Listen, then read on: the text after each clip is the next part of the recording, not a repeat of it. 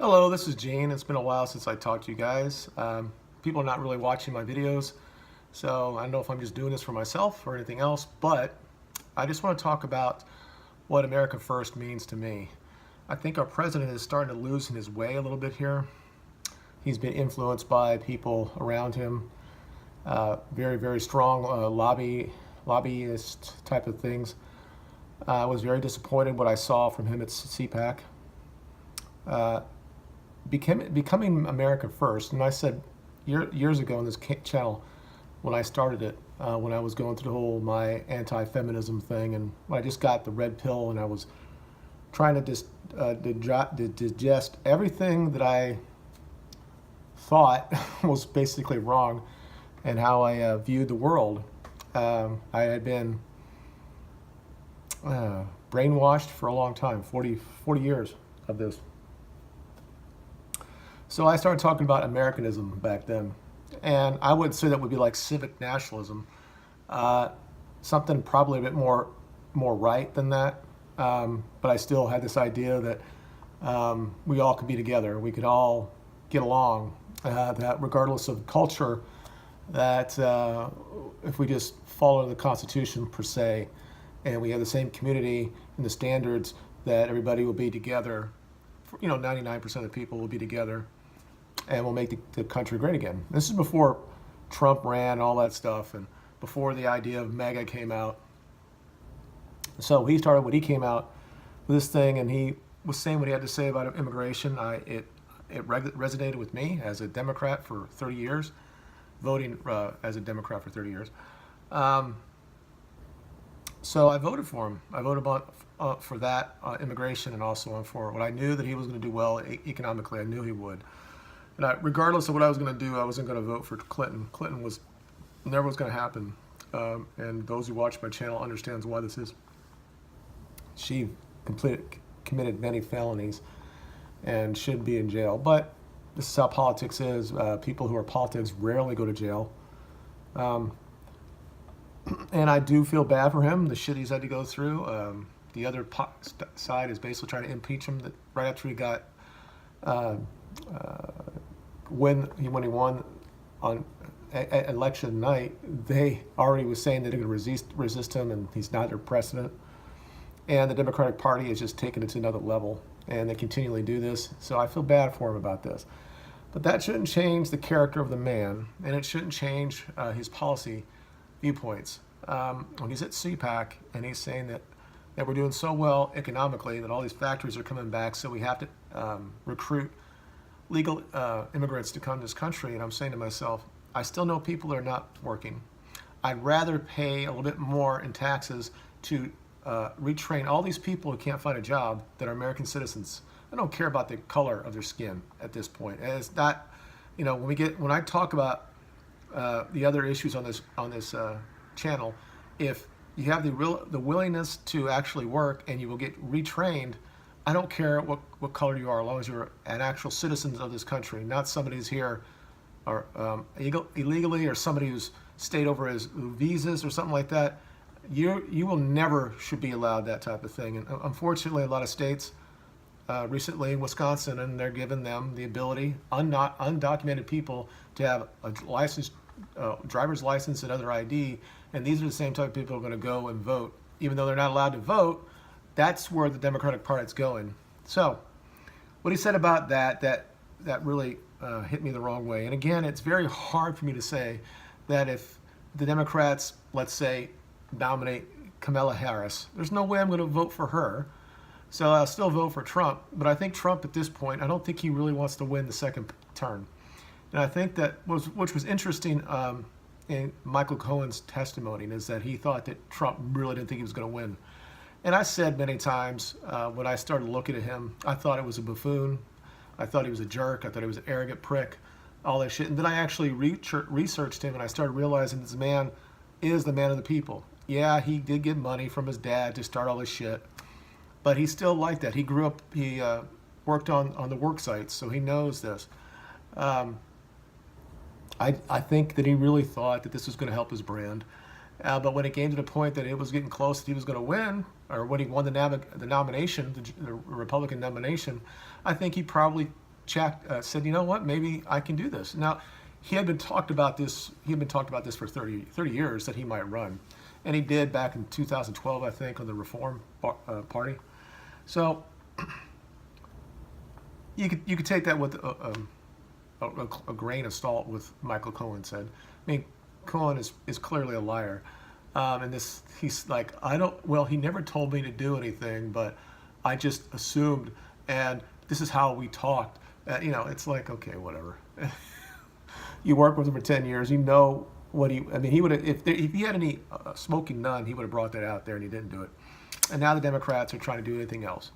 So, regardless of the fact that I think that I hate to say he's being weak. He is being weak on the border, and he's being weak when it comes to immigration.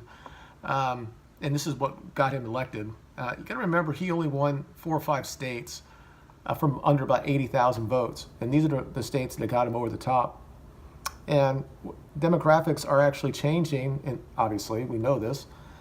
In Florida, it's doubtful who's going to win, and the reason I say that, even though he won by about 100,000 votes, you're not going to have the same passion at 2020 if he continually cucks when it comes to immigration, or if he says something like he said at CPAC that he wants all these great legal people to come here and do our jobs. He said this at the State of the Union as well, and that pissed me off then as well.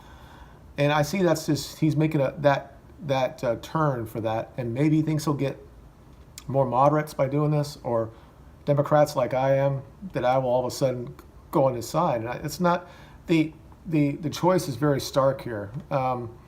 If we allow somebody in like Kamala Harris, it's shocking what would happen. Not necessarily her as a president, but the fact that the Congress will continually do stuff and to make it more of a socialized type of thing. But I want to talk about that as well. I said I started with this video about talking about America First, and I just want to say what I think America First should be about. It always should be about citizens first. And if there is some sort of crisis at the border, if people are dying from the drugs that come in, if there are people dying on their way to the border that shouldn't be trying to get here, and we do nothing about this, when we have these sob stories, and they're sob stories on the border that a girl or a boy might die at the border because they're not taken care of, although they just walked 100 or 1,000 miles, and they die. And you're talking about 1 out of 100 or 1,000 that might show up at the border that something like this might happen. So we have all the media that talks about that. Meanwhile, we have, 150 people are dying each day in the United States when it comes to opiate abuse. And almost all of this stuff is coming from Mexico. And nobody really wants to talk about that. Other than, Trump had one thing that they did, that they're going to try and do stuff. And locally, it's not very hard. It's very difficult for the federal government to solve that. Without just shutting down the border and making sure everybody coming across the border has to be checked. So the local places that that really have been affected by this have done things, and it's through education, telling people, you don't need to be taking this drug because it might kill you. But there's something more going on with this, and I talk about this channel all the time. Most of the people that are dying are men. Most of them are white. It's kind of like our epidemic that crack had back in the black community. And of course more people were dying about this, but in the black community they were fighting each other to get the power, the gangs and all that stuff. So, and nobody really cares because it is white men, normally young white men, that are dying. Now you have this statistic that's just true, that the biggest cause of death of anybody under 50 years old in the United States, males, is suicide. And then you have the other part that we have that a lot of people are killing themselves this way. Whether it's suicide or not, we don't really know. Obviously not in most places, it's overdosed. But sometimes these people do, when they're not feeling good, they decide that I'm going to end it this way, and they use this to allow themselves to kill themselves. So because it's white men, predominantly, because it is the rural area that's being affected. Now, I say rural, I think they were talking to people in, I was at Toledo, and it was like the worst place there was, academic and this stuff.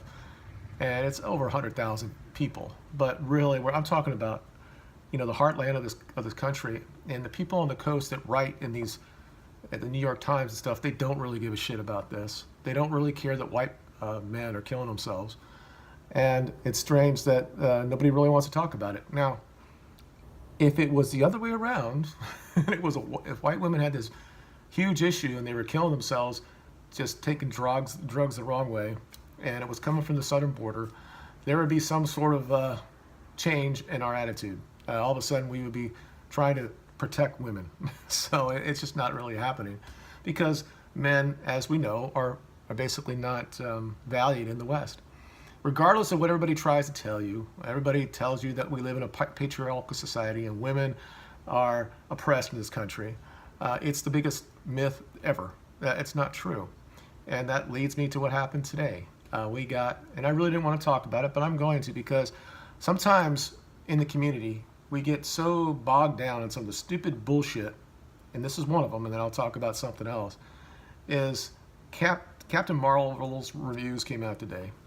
And a lot of people who are going to boycott the movie because it has a huge amount of feminist overtones, and Brie Larson has said so many stupid shit about white men. Clearly, she didn't have a father at home. I think that's pretty clear. So, and Marvel has been fine with this, and they basically said this is a feminist movie. So you do what you want with your money. I'm not going to go watch it, but I don't really give a shit that people go. What pisses me off, not really pisses me off, is these guys that they can consider themselves red-pilled, and they sit there and say it's so great that these reviews are coming out and they're not really that great. Like that somehow we've won the culture war here. I mean, the movie is still out. It'll make millions of dollars. And she's going to end up being, if you're going to talk about this, and it's only entertainment anyway, but if we're going to talk about it, at the end of the day, she's going to end up probably defeating the big villain in the next movie. So they've decided what they're going to do, and I just allow them to do it. We can just laugh at it all we want to do. It's like how the Republicans look at AOC right now. AOC. I can't say her name. I'm talking about the crazy woman that's in Congress. And they're all fixated on her. And okay, we need to just stop doing this. Now, the only reason I think they are, because I think that if they keep putting the spotlight on her, that somehow that will help Trump, because she's going to keep pushing the Democratic Party already further left. But the realistic thing is that the Democratic Party is already there. Whether she showed up in Congress, I mean, it was already there. Feminists have taken over the Democratic Party. Planned Parenthood is, it's so strange when I hear, when they say that the NRA should be a terrorist organization, when it used to be like the biggest lauded place in the 50s and the 60s and the 70s. I mean, there were NRA clubs at schools and stuff. It was something that was known, right? But now it's terrorism, even though nobody who's been in NRA has ever had a mass killing. But, I just lost what I was going to say. No, I lost what I was going to do. The NRA, I don't know, I totally lost what I was going to say. This happens when you have issues. So, but I was talking about AOC, and we just get flummoxed by her. But again, I think that what I said about the Democratic Party, it's already moved to the left, and the feminists already run it. And Planned Parenthood is the real terrorism there. I mean, they kill at least 800,000 babies a year. I mean, you really want to compare that to somebody who says that you want to be safe with your guns and all that type of things that the NRA talks for. So we're in Looney Tunes right now in the United States, and I don't give a shit about her. I really don't care about Captain Marvel. As somebody who likes movies, I just won't watch it. But we spend way too much time on this. It's like another thing that it's like these shining things in front of us, and we're not really understanding what's in front of us. So when I talk about America First, I go down that road that like Nick Fuentes goes down. It's like we have to be selfish about what America means, and we also have to be very clear who created this country. And I support having a white majority country. We have that birthright to keep it that way. And when media continually just shames us because of our color of our skin, and we just allow it to happen, I mean, it's just crazy to me how recently that I don't know if it was in the United States, but they were going to talk about some LGBT thing somewhere in a school, and clearly the white people wouldn't cared about it because we don't care about stuff like that. We don't want to be called racist or sexist or whatever, or whatever it is that if you're against that, I guess. But Muslims showed up, and all of a sudden they stopped from teaching that. We have to have that type of view when it comes to our kids. When we go to public schools, they don't need to be hearing shit like this. They don't need to have drag queens to show up, or a little kid who's 10 years old to sit there and say, "Oh, it's so great to be drag when I'm 10 years old." That it's just not conducive to learning. It's just. But what I tweeted out to that today is that, sorry, this is the left killing themselves or eating themselves. Muslims are a little bit higher on that hierarchy victim ladder than you are, people who are gay. So, sorry, it's just the way it is, especially in England right now. You can't say anything bad about the Muslims. If you do that, you end up going to jail. Same thing if you say anything bad about the Jews, you go to jail. It's just one of those things. They're the ones that are at the top of that victim hierarchy. And it's just funny because you see people on Twitter right now, and I'm going back to Captain Marvel, and then when these people are coming out with mixed reviews on the movie, and oh my God, it's a white man who said this. It's like, oh, okay. It is what it is. And then you have other people trying to compare that to Black Panther and how iconic that movie was. So, I'm sorry that as much as you think you're oppressed in the West, women, especially when you're white, you're not. And then when you're saying, "Oh, I'm the one that's being oppressed," people are going to laugh at you, and that's on both sides. So, I don't know. I've been rambling way too much. But the point I'm trying to say is that I pretty much stand behind people like Nick Valentes when we talk about we have to be selfish about what the United States is. That our foreign policy should be about us first, and I would definitely stop giving aid to Israel and bring that money here. I'd rather pay that $4 billion that we're getting or giving to Israel every year and bring it back and retrain people. That all these great factory jobs are coming back and all these other jobs are coming back. I would clearly wanted to take that money and retrain those people so they could be part of the workforce, and then to make it better for everywhere else. Good Lord, I can't talk. So, but we won't do that. I mean, it's just one of those weird things. What happened to CPAC with Trump, and the fact that he won't have this executive order about free speech on campuses. I mean, here again, this is another low-hanging fruit. Yes. We know that liberal universities don't like people that have dissident opinions anymore. They have their own echo chamber. Everybody knows this stuff. But at CPAC, they said that Nick couldn't be there, Faith Coldy couldn't be there, a couple other guys that might be white identitarians, somebody that are dissidents, that are not mainstream. But the truth is they absolutely know that that's the future where we're going. Because when it comes down to it, if we lose the majority of the United States, there's going to be shit that's going to happen. And then people are going to go back with people that they understand, they can trust, people that look like them. I mean, that's human nature. You would like it to be different. You would love to say that everybody can assimilate.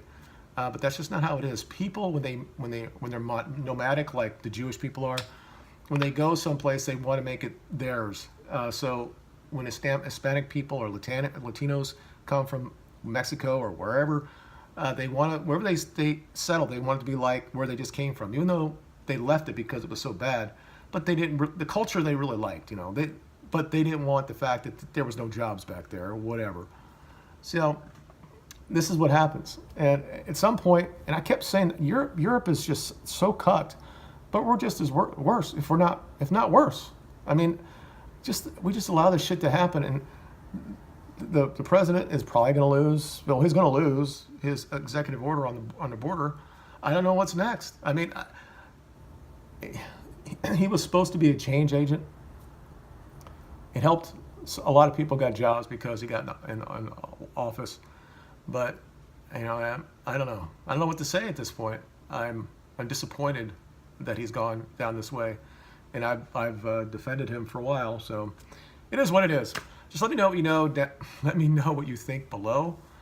Sorry about the rambling. I just don't know everything that's going on right now. My brain is not exactly where it needs to be. But you tell me what you think what America First is. And do you believe in that type of thing? Or do you think that we're a global country now and borders don't really mean anything? And we can have the conversation respectful in the comments below. Thank you for watching. You guys have a good day. Bye.